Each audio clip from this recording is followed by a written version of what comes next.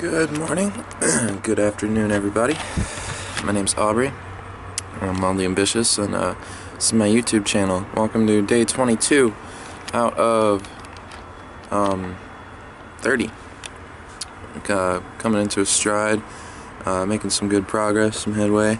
We've been talking about all kinds of stuff. Like, I started out mostly just talking about who I am, where I came from, what I'm doing, what I like to do, what I would like to do, what I'm doing and where I'd like to be in the near future. I started talking about like some of my extracurriculars. I mean, I'm not in school, I don't work or anything right now. Trying to change that, but I'll talk about my review page, which I haven't been keeping up with just because it's a lot of work. I need to do some homework before I can really devote myself to that, just because there's a lot that goes into that kind of thing, and for me to actually feel good about what I'm putting out, I need to know what I'm doing, because otherwise me reviewing an album is kind of like I'll listen to it, I'll read the Wikipedia article and like the Pitchfork, Sputnik reviews or whatever. I might do a little bit more research than that, maybe not, and I'll just give like my opinions on it, and that's, in my opinion, that's what a review should be. But for me, I'd like to be able to go a lot more in depth with that and actually know about the scene, where the people came from, what the songs are about, and like what the album is trying to do as an artistic creation as a whole. Depending on the artist, they can do a lot with that. Even further than the artist, there's all those other people that work on these kind of things, like the producers and the mixers and the engineers and the people, the advertisers and marketers and all these other people that, like, as just a solo musician in today's world, really you gotta do all that by yourself, which is kind of why what I'm doing. You have to know a lot of things, you have to know how to do a lot of things. Like, let's say I wanted to record an album and go on tour to push that album, basically. Let's just say I wanted to make music, be on tour, be a performing and recording artist. That's a pretty reasonable goal, I think. I could do that if I, was working on something. If I had a source of income, really, it'd be a lot easier. And I know a lot of artists do fall in that trap where they're like, if I just had money, I could do this or that. If I was born somewhere else, maybe I could be somebody. But, any small town's going to be boring. If you're born in a city, it's going to be a lot different, because there's going to be way more people there. It's going to be so much competition, and unless you're just stellar, you're not going to do anything. And sometimes it's easier or harder in a small town, because on the easier side, it's like you're trying to do things that nobody else is really doing. So, it allows a lot more room for creativity, for growth, for you to come into yourself and to be proud of your uniqueness, I'll say. All that weirdness that's going on, it's just you. And so let's say I wanted to do that. There's more things I want to talk about on that topic, but I'll try and stick with the one I chose from the beginning, because a part of what I'm doing here is trying to learn to stay on topic while I'm talking to the camera, more so than just getting those thoughts out, because as you've seen, I have so many things going on. Like, I have to really get that train, or else it's just kind of like a big mess. And even if anyway, I'm talking about if I wanted to be a recording, performing artist. So let's say I've got my equipment, like my laptop, the digital audio workstation DAW software that goes on the computer. That's what records everything. That's like, if you look at the screen, that's the program you use. And then you've got an audio interface, which a lot of times if you buy the DAW software, it'll come as a package with the interface, because they're pretty, I'll say, codependent. You need one for the other. And that's not always true. Like, you can use the laptop mic to record everything, but you're probably not going to you're probably not going to achieve the results you want or the sound that you're after, because laptop mics are pretty shitty. And I'd like to think that's pretty common knowledge. So say I've got that. I've got the cords leading to my instrument. I've got my guitar. Got my microphone, USB mic, got a bass. Let's say I've got a drummer. I don't actually play drums very well. I have a drum machine. Most of the DAWs will have like drum beats programmed in that you can mix in with your stuff to, fill in there if you don't have that. And that's a great tool to use, but it's not quite the same as having like an actual live drummer perform for you or record for you. Just that personality that is conveyed through artistry you don't really get from the digital so much. And with that, like all those MIDI instruments, I forget what MIDI stands for, but it's basically like any digital instrument that it's like on your computer, you use like a little keyboard to put in the notes, and then whatever setting you have, it makes that sound. So like you could have a MIDI guitar, MIDI piano, MIDI drums, MIDI anything really. So let's say I got all that, got my song set up, and I start the recording process. So I'll do the scratch track, which is like, the rough. You get the metronome, you get your song ready, and you pretty much like, for me, I would be like playing guitar and singing or one or the other, just to the click tracks. So all the other tracks I make, I can follow that, work around it. I'll know the click according to the beat, the rhythm of the song. So I'm doing that, get the songs recorded. It's a really long time consuming process. It can be expensive if you want it to be, but it doesn't have to be. And that's part of the beauty in music, in my opinion. Especially with the whole, like nowadays, since everybody's doing it at home. Are you kidding me? This whole DIY ethic. I'm sorry, excuse me for 1 second. Fucking thing went out.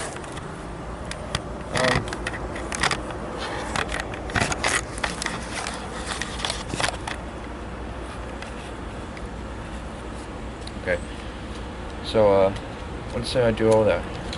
I go through the whole process, get my songs recorded. Okay, so after that, I smoke a cigarette, because that's what I do, because I'm a fucking addict.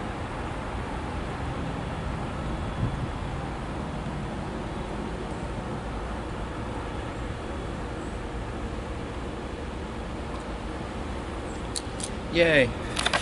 Or a cigar, because I'm an artist and I don't have any money for cigarettes.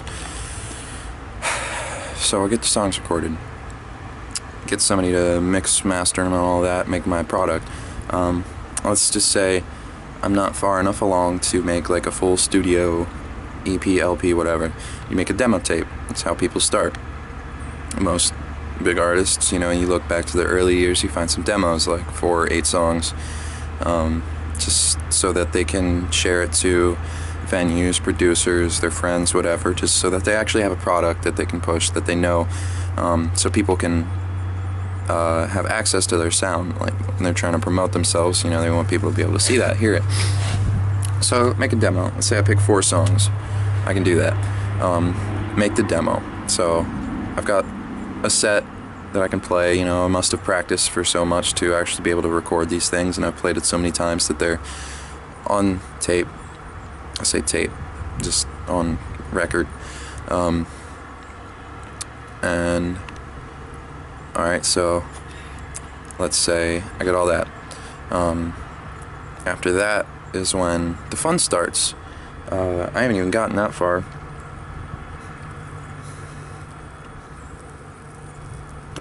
So I just really didn't want that to go out again.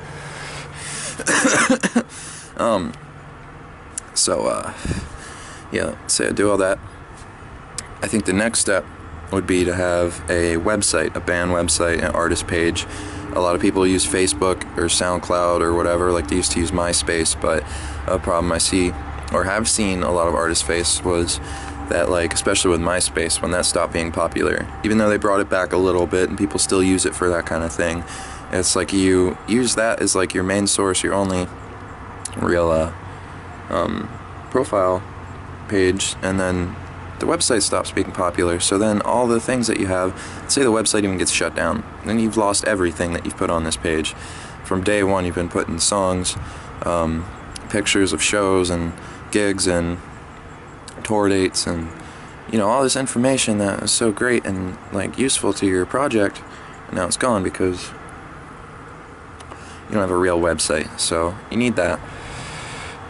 And these things I'm saying are things that I've learned from years of research practice. You know, I'm still in the very early stages of recording. I don't have a following. I don't play shows.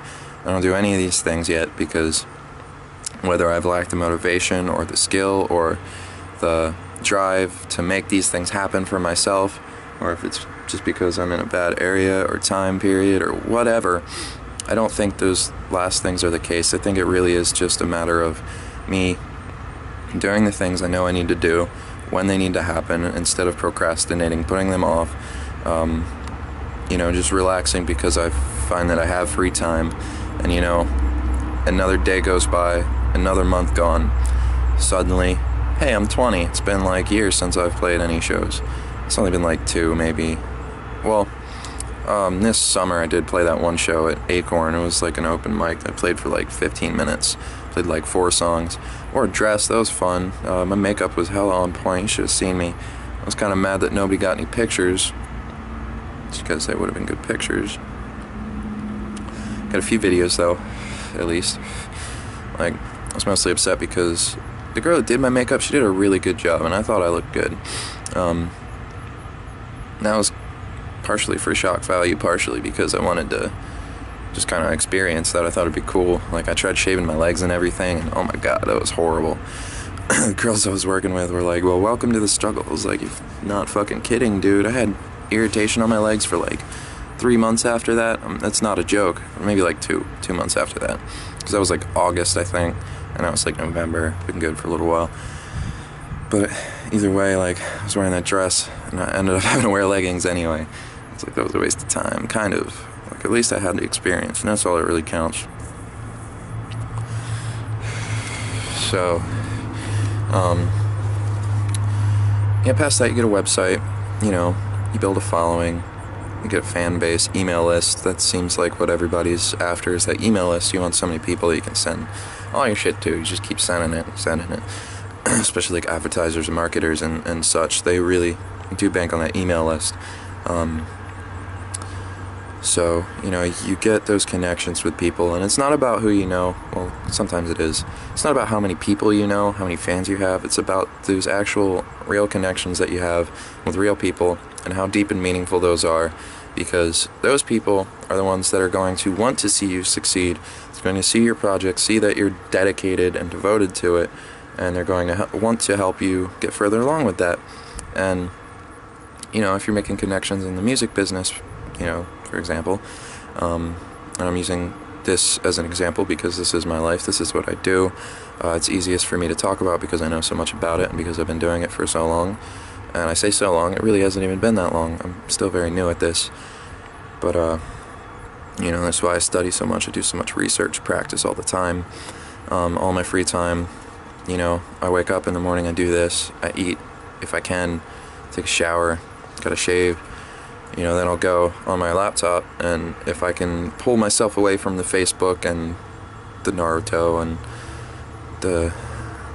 all this other shit, it's the sensationalism garbage that the media puts at us, because it's definitely a form of subliminal control. If you look up the patent for, I forget what it's called, it's like a really long number for the patent, but basically, like, they literally program the signals from the screens to such a specific frequency and intensity to make your brain react in a certain way, so as that if they show you an image, you'll get excited about it, and so on. So, you know, like, propaganda plays into that. Like, if you make the enemy red, then that's going to get your heart beating. That's literally how red works, because, you know, whenever you study, you know, just the color red, we have this psychological connection, or whatever that word is, the connection, I guess,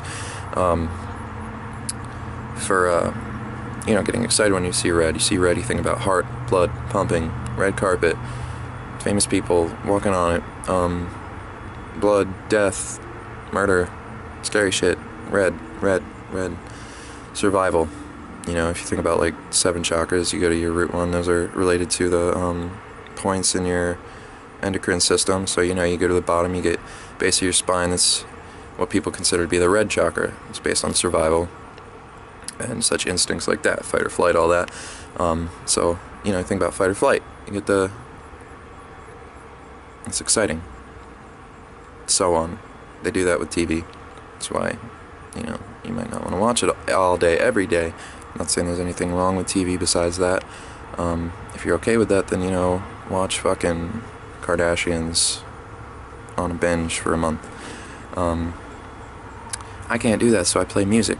So going back to that, you know, get yourself together, get in the recording studio, and when I say studio, now we're in such an age where the studio is your bedroom probably. You've got your laptop, your DAW, your interface, your instruments, your microphones and cables, and all that good stuff. You get your songs recorded, you get them mixed and mastered, so you've got an album or a demo, and then you start making those connections with people. Get your website, get your merchandise, build up your fan base. There's a definite process to do that. You know, really your fans are your friends and family. That's it.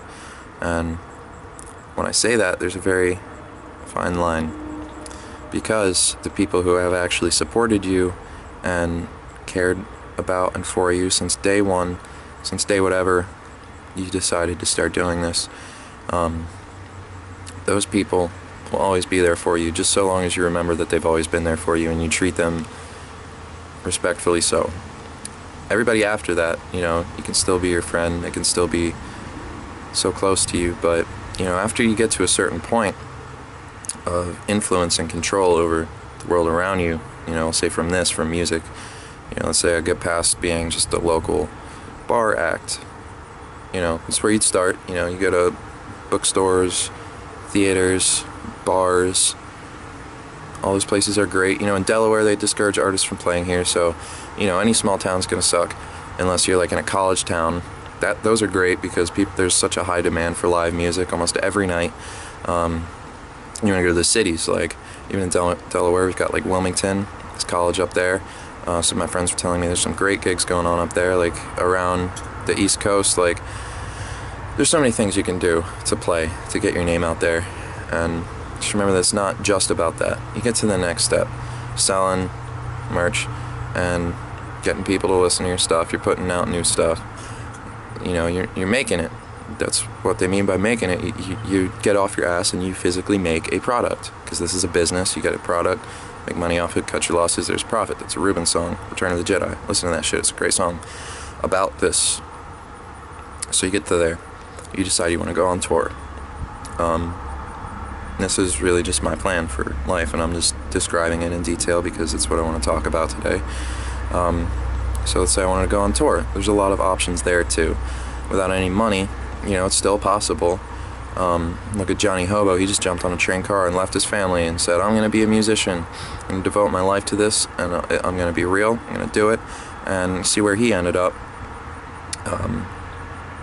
I really like his music, but still, you know, it's not just so easy as saying, this is what I'm doing, I'm going to do it. You actually have to make things happen. You have to support yourself. If you want to be like me and you want to support, you know, the people around you, there's people that I said, you know, that care about you, you know, just remember that they're struggling too. Like, you know, if you're like me, making music for a living, it's not what I'm doing for a living right now, but, you know, if you're making music, and let's say you are doing that for a living, you know, there's probably some issues in your life that you need to deal with still, because you're probably young and confused or angry or any of these things. Maybe you've dealt with depression or anxiety or drug addiction or abuse. You know, all these experiences that people have that seem so immediate and unique to them end up being very commonplace in a world like this, just because it's happened so many times. All these kids want to pick up a guitar and follow their dreams, man, but that line of separation is between dreams and reality, because you can't let go of your dreams because they do affect you. That's your subconscious speaking to you, telling you, you know, what you're doing, what you need to change, what's going on, all this stuff going around. It's all real. You become lucid in dreams, and you start to get a little better at that. You start to see what these things mean, people that are talking to you in your dreams, eventually you can learn to like even hold a conversation with them, and they'll tell you why they're there. They'll tell you what you need to do, and that on a very deep level, it just extends so far into the physical, the mental, the spiritual realms, and that's, you know, understanding all these things and trying to, you know, just hold yourself steady. Say rock and roll, you gotta be like a rock, and you just gotta roll. That's what it is. Some people are born for it, some people aren't. It's so much work, so much goes into it. So many people, like, rock and roll ain't Christianity, but Beatles were still bigger than Jesus. That's you know, people devote their lives to this shit, and you think that just because you want to do it, that you can do it better, or that people are going to respect you or want to see you do it. That's not the case, because they see all these people who actually went places with it, dealt with so much hardships, so many hardships, and so much struggles and turmoil and all that. Sorry about my grammar there, but you know, they've been through all these things, and they don't want to see you have to go through all that pain. When I say pain, I don't just mean the artist's pain of, oh man, I'm never good enough, my work sucks, I need to be doing this and that. I mean the pain of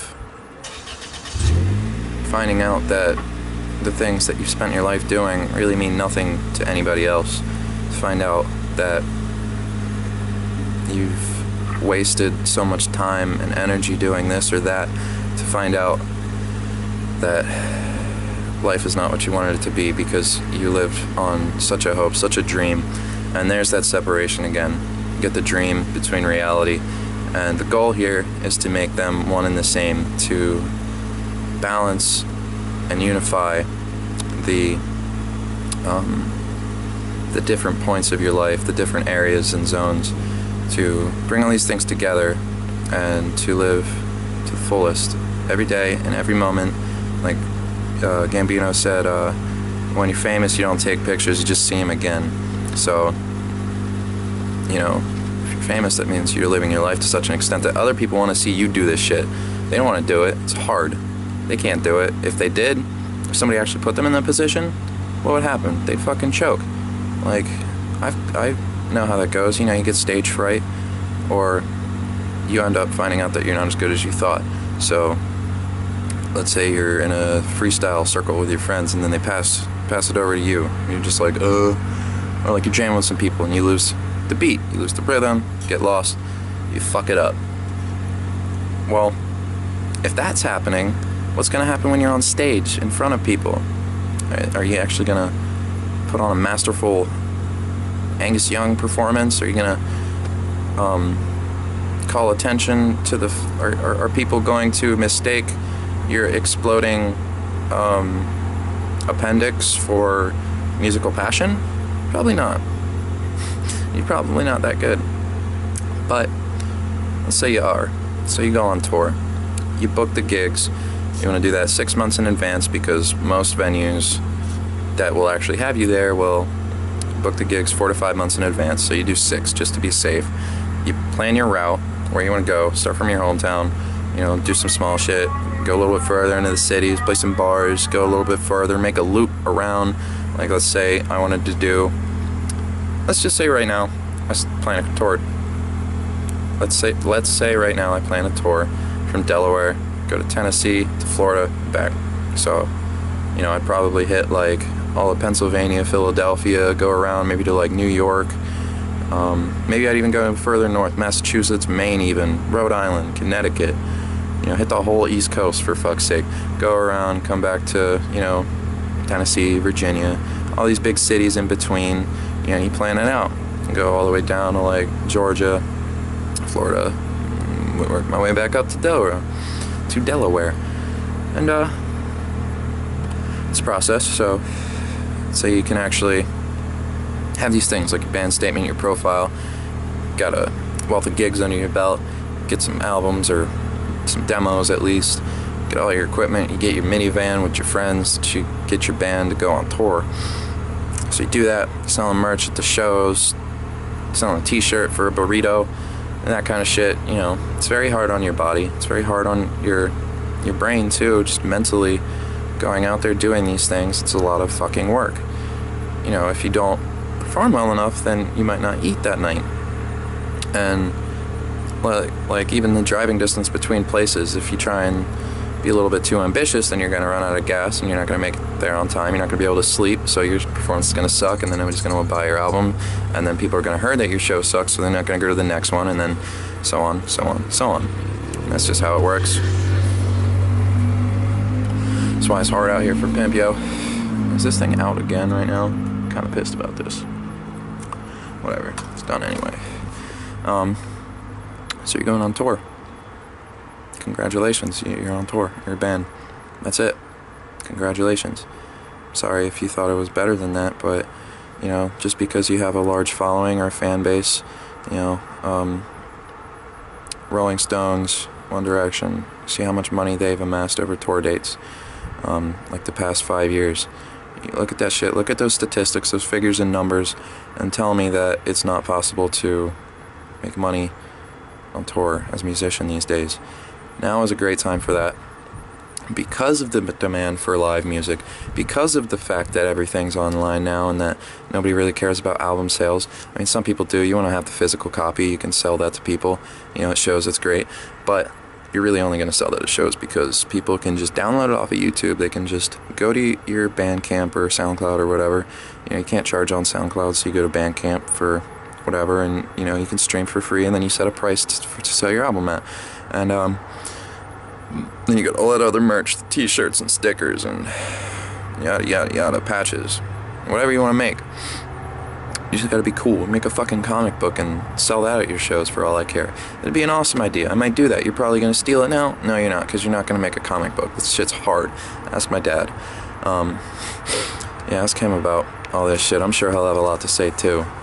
And you know, he was playing in bands till he was like almost 30, and eventually he got what he needed out of it, and he just didn't have the energy for it anymore, because once you get to a certain age, your hair's falling out, you're getting bigger and older and trying to raise kids, and it almost looks kind of pathetic when you're just kind of doing the same old shit for so long and nobody really cares, and it starts to feel that way. Even for me being 20, it starts to feel that way because, well, you know, I'll say that, like, obviously we didn't make that much money from his pursuits, so what makes me any different or better? Better than him? Better than all these other musicians I've seen that I look up to that don't make any money either? That, you know, it's a struggle. It's not, there's no rock star dream, there's no fantasy here. Whether the scene's dead or not. So, why would I do it? Obviously because that's what I want to do. Because I love it. And because I want to be a part of that world, because it is so much a part of me that saying that I'll just leave that alone and go to school and be an electrician or whatever doesn't appeal to me. I actually do kind of want to do that. I want to get certified, and, you know, I just find electronics really interesting, all that science. I think it'd be cool. You know, I'm interested in, obviously, sound, technology, design, engineering, physics, psychology, all this shit that really does tie into music. And if I could, you know, get some certs, be like an electrician, you know, really a goal of mine after this, because that's where the problem is. After this, because you can go so far, you can even be fucking Josh Homme if you want, but what happens when he stops playing music? Maybe he's done well enough in the business to keep making that money, to have that passive income goal. On tour, I need passive income.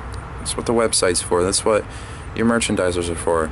Advertisement, marketing, all this shit. Oh god, my leg's falling asleep. Oh man. So I might cut this video a little short, because that means it's going on really long. But you know, I have a lot to say about this, because it's my fucking life. And I can choose to hate it, or love it, or give up on it. But what's the point? You know, I've been through my share of existential crises and depression, highs and lows. You know, it's just how life goes. Whatever's going on, you have good days and bad days. And all the advice I can really give to anybody, whether you're going through similar problems with me, if you can relate, then you know, you just have to make sure you're living in the present moment, because if you're concentrated on, you know, let's say the future, then you're going to make a lot of noise in your head. You're going to create a lot of conflict and struggles because you are fixated on what you could or would or should or want to be, what you want to be doing with your life, instead of actually making it happen, instead of doing it, living the dream, living your life purpose, living your every moment to the fullest. You actually have to do that, and it's hard. But for me, the alternative, you know, it doesn't, there are no easy options. Either I do what I want to do, or I do what I don't want to do, and try and get by either way. So with all that, thank you again for watching my videos. It's nothing special. Did 22 out of 30. I'm going to keep doing these. And if you watch the video, you know, like the video, subscribe to my channel, leave a comment so I know you were here. And, you know, have a beautiful day, afternoon, whatever.